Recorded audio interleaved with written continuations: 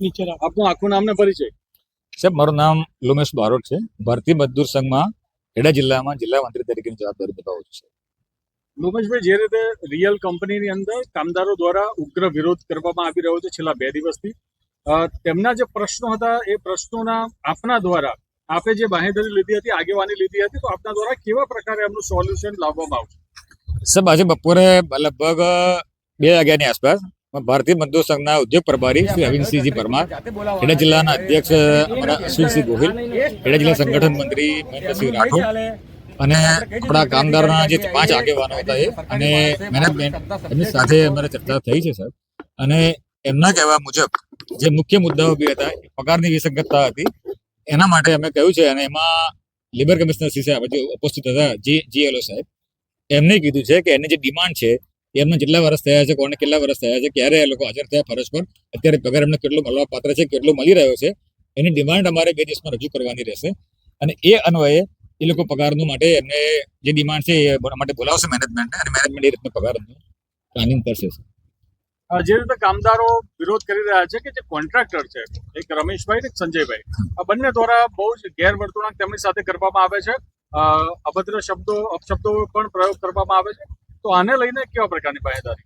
બાંહેધરીમાં મારી સાથે જ છે રમેશભાઈ. હવે વસ્તુ એવી હતી કે જે તે સમયે સંજોગો વસાત જે ઘટના બની હતી એ બેવની ઉગ્ર બોલાચાલી થઈ હતી, બંને તરફથી આ વસ્તુ થયું હતું. અને અત્યારે રમેશભાઈ બાંહેધરી આપી છે કે ભવિષ્યમાં આવી કોઈ ઘટના બનશે નહીં. અને એની અમે પણ ખુદ આ વસ્તુની જવાબદારી લઈએ છીએ ભારતીય મજદૂર સંઘ તરફથી કે ભવિષ્યમાં મેનેજમેન્ટ તરફથી અથવા એમના કોઈ પણ કોન્ટ્રાક્ટર તરફથી એમની સાથે ગેરવર્તણૂક નહીં થાય. અત્યારે હાલ શું સ્ટેટસ છે આ સમગ્ર ઘટનામાં? સાહેબ, એમનું જે મુખ્ય મુદ્દા હતા તમને કહ્યું, પગાર વિસંગતતા હતી, અને બીજું જે સ્પીડની વાત હતી, એમાં પણ મેનેજમેન્ટ એ રીતે એગ્રી થયું છે કે જે ફેક્ટરી ઇન્સ્પેક્ટર છે એને મેં રજૂઆત કરવાના છે લિખિતમાં 2 દિવસમાં કે ભાઈ આ જે મશીન છે એની ક્ષમતા અને એની પર જે કામ કરે છે માણસની ક્ષમતા કેટલી છે અને કેટલી ક્ષમતા પર કામ કરી શકાય છે.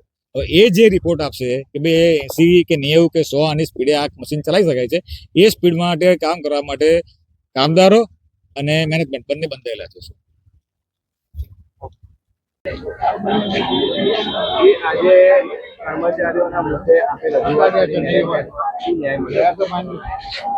આમાં અમે મેનેજમેન્ટમાં ચર્ચા કરી, એમાં એમના મુદ્દાઓ જે હતા 10 થી 12 મુદ્દાઓ હતા, એ પર અમે ચર્ચાઓ કરી છે. અને એમાંથી મોટા ભાગના જે મુદ્દાઓ છે એના ઉપર એમાં નિર્ણય એવા થઈ ગયેલા છે કે એમાં કોઈ પણ જાતના પ્રોબ્લેમ આવશે નહીં. અને કાયદાની જોગવાઈ જે છે એ પ્રમાણે અત્યાર સુધી નથી થયું, એ કાયદાની જોગવાઈ પ્રમાણે બધું ચાલશે. અને કેટલાક ભાઈઓના એવા પ્રશ્નો હતા કે કોન્ટ્રાક્ટરો પણ અમને હેરાન કરે છે, તો કોન્ટ્રાક્ટરો પણ ત્યાં હાજર હતા, એટલે એમના તરફથી પણ એવો પોઝિટિવ વાતચીત થઈ છે કે એ લોકો પણ કોઈ પણ જાતનો અભદ્ર વ્યવહાર કોઈની સાથે કરશે નહીં કે કોઈને અપશબ્દ બોલશે નહીં.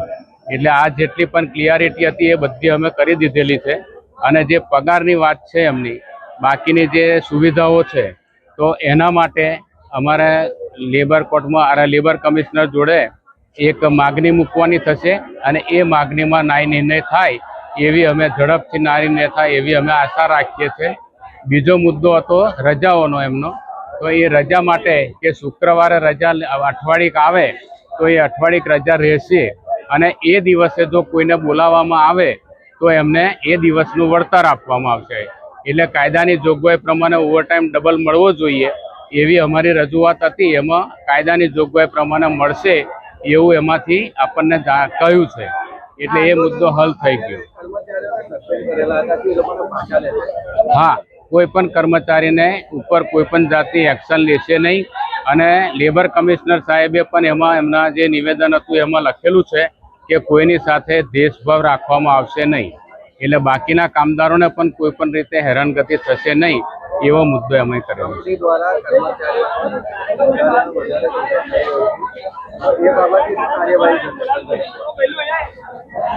કંપની પર શું એક્શન લેશે? કોણ આજે કર્મચારીઓ પર શોષણ કર્યું છે, જેમના પગાર જે પહેલાના નથી ચૂકવાયા અને જેમાં એટલે આમાં કાયદાની જોગવાઈ પ્રમાણે સરકારી ઓથોરિટી જે છે એ લોકોની સમક્ષ અમારી રજૂઆત થશે અને રજૂઆતના અંતે આમાં એનો નિર્ણય થશે.